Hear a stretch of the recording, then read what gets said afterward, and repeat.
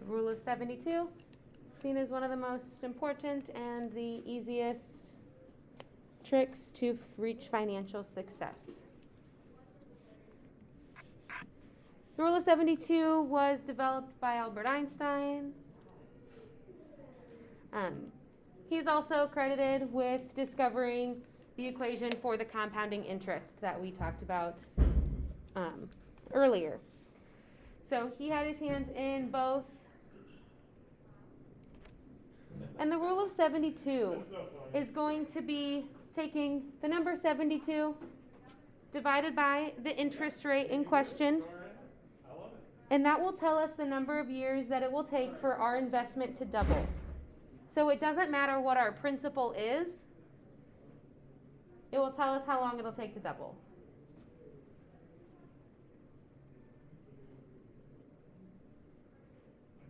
That's the equation, is 72 divided by the interest rate equals the number of years until your savings or your investment will double.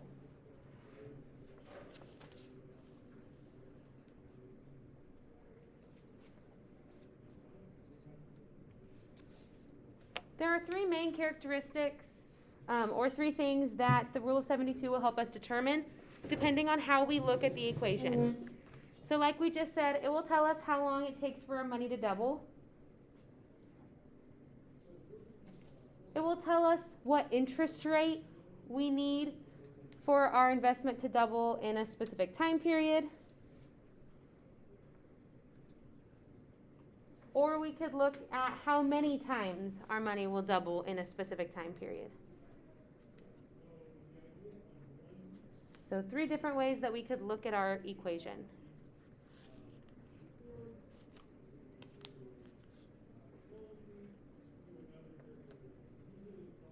And we should have some practices for all 3 of those, I believe.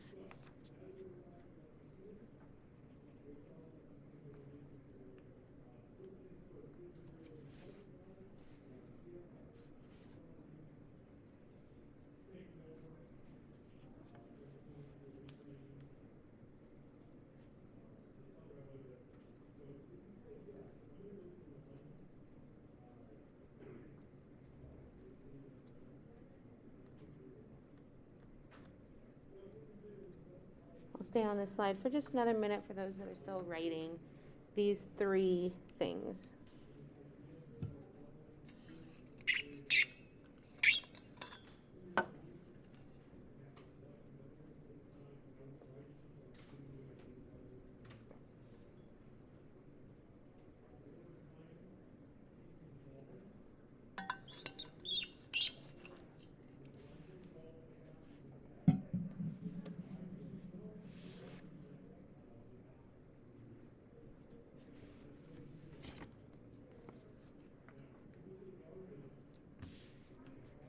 So these are the things that it can help us determine. There are a few things that we still need to consider when using the rule of 72. So this is only an approximation. It will get us very close to the real number, but we might be off a little bit.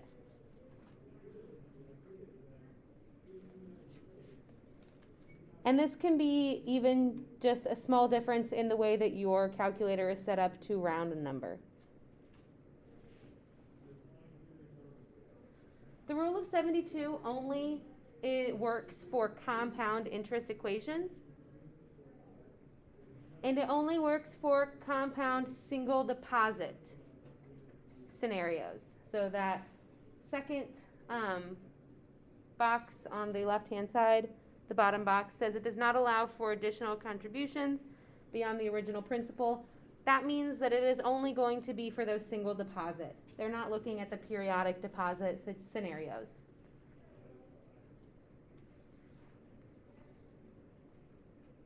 This also does not work if the interest rate does not stay constant. So we talked about those 4 savings tools and how most of them do have a constant interest rate, but that money market account, that had a tiered interest rate, meaning that the higher my deposit or my balance, the higher my interest rate was, meaning that your interest rate could change over the life of your account. If that is the situation that you're in, the rule of 72 does not help you calculate for this scenario. It has to be a stagnant or a constant interest rate. And then it also doesn't consider any taxes or fees that are going to be charged on your account, depending on your bank, on the state you live in, anything like that. On your note guide there's a number 5. That'll be on the next slide. But these are the first 4. A few things to know about the rule of 72.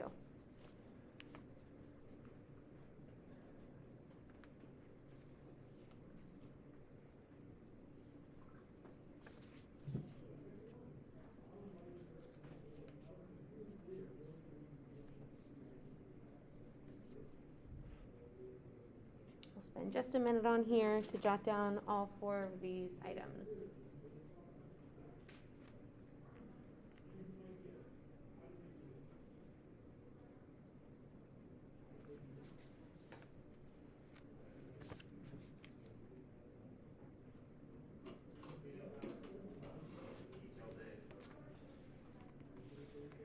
And then one more thing that we consider is the financial risk pyramid. So the top of the pyramid, almost 2/3 of it are designated for speculative investment tools and then regular investment tools. We will talk about these and define these in detail next unit. And we see savings tools at the bottom. So we have our 5 types of savings tools. We only covered the first 4. But just keeping in mind that the higher risk the type of account is, the higher reward or the higher return. Obviously, savings tools are at the bottom because they are much less risky. They're more secure than these other types of accounts that I just put on the pyramid. And again, we'll define those next unit. Now, on that back page of our note guide, we have a few practice problems that we're going to go through. Just as a forewarning, your note guide for this very first problem, it uses a different interest rate. It uses 6.5. The example we're going to go over is for 4%. So I would recommend just changing that to a 4 because I will not be giving you the answer for 6.5. When we take the rule of 72, we see we're always going to have 72. That is our constant. We're going to take the interest rate. The difference between calculating the rule of 72 and those simple and compound interest is that we do not put it into decimal form for the rule of 72. If it says 4%, we just leave it at 4. And then when we take 72 divided by 4, we find that no matter what the principal is, it will take us 18 years to double our investment. So in Doug's situation, if he invested $2,500, in 18 years he will have $5,000 because his investment has doubled.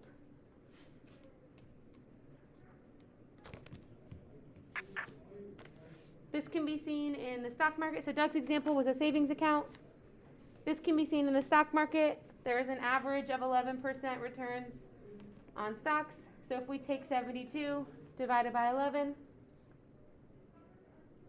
it will take us about 6.5 years to double our investment.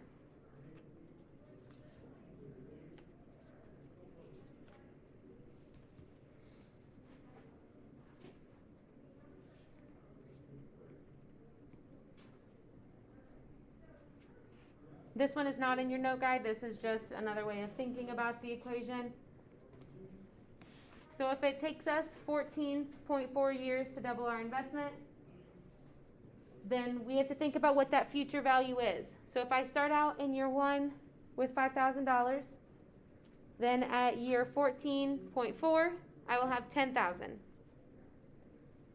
If it doubles again at year 28.8, I will have $20,000 because my investment has doubled.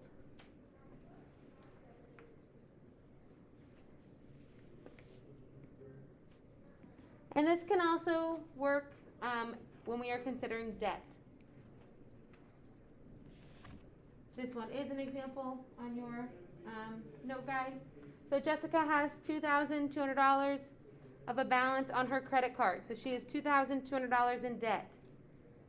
Credit cards usually have a higher interest rate than any of the other savings tools that we've been talking about. 18% is probably pretty average. So if we take 72, we divide it by 18. It will take 4 years for her $2,200 to become $4,400. Assuming, again, that she has no fees. Because remember that the rule of 72 does not count in fees or taxes.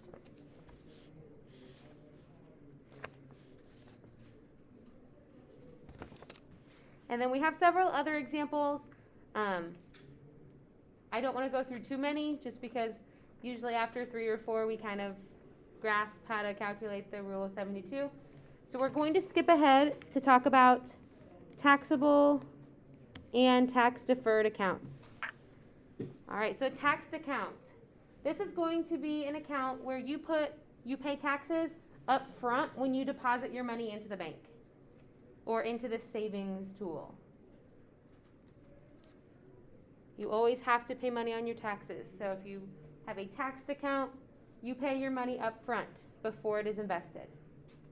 Or you could have a tax deferred account. And that means that you do not pay taxes until you withdraw your money.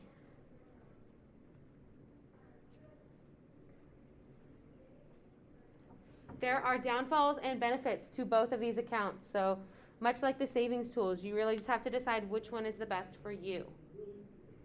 And we're going to see an example of how a taxed account and a tax deferred account can function differently by using the rule of 72.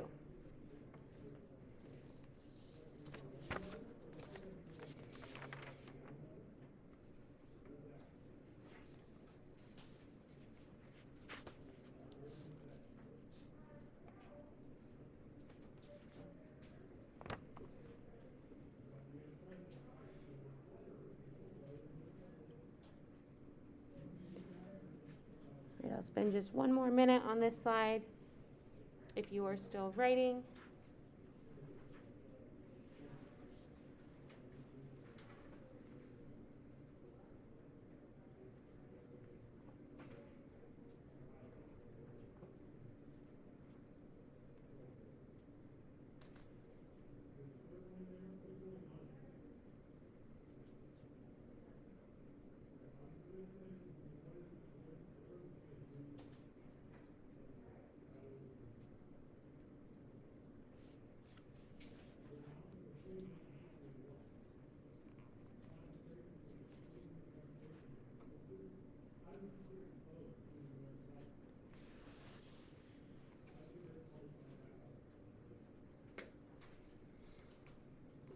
Alrighty.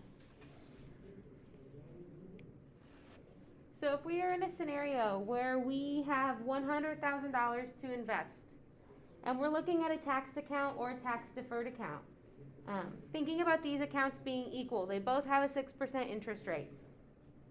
I can either have the taxed account where I pay my taxes up front. I'm going to pay 2% in taxes before I put my money into this account. Or I could choose the tax deferred, so I'm not paying anything up front. I'm putting all $100,000 into my account. So thinking of the rule of 72, we're thinking about not how much taxes we're paying, but how long until our investment doubles. So using the taxed account, I started off with a 6% interest rate. I paid 2% of my taxes before, so I'm really left with only earning 4%. In the long run, I'm only going to be earning 4%.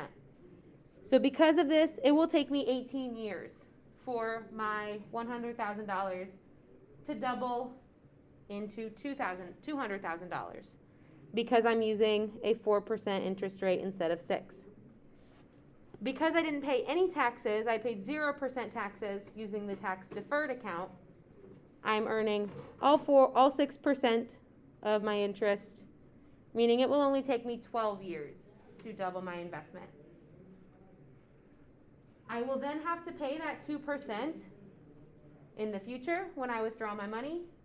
So overall, I'm going to be paying the same amount of taxes, but it will take less time for my investment to double if I'm using that tax deferred account. So again, it really just depends on what's the best situation for you. Are you looking to double your money more quickly, or are you looking to pay less taxes? It's all about our financial goals.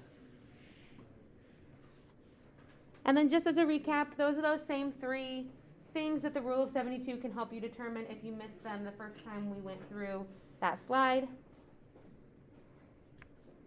And then again, those main 4 considerations for the Rule of 72.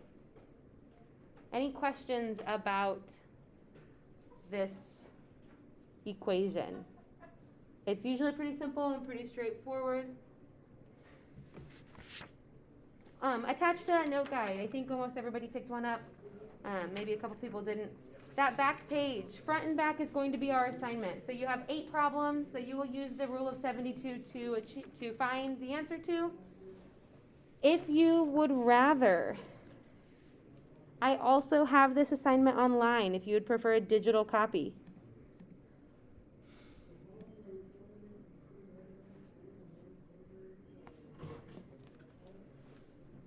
So when looking at Canvas, you can find the Rule of 72 math.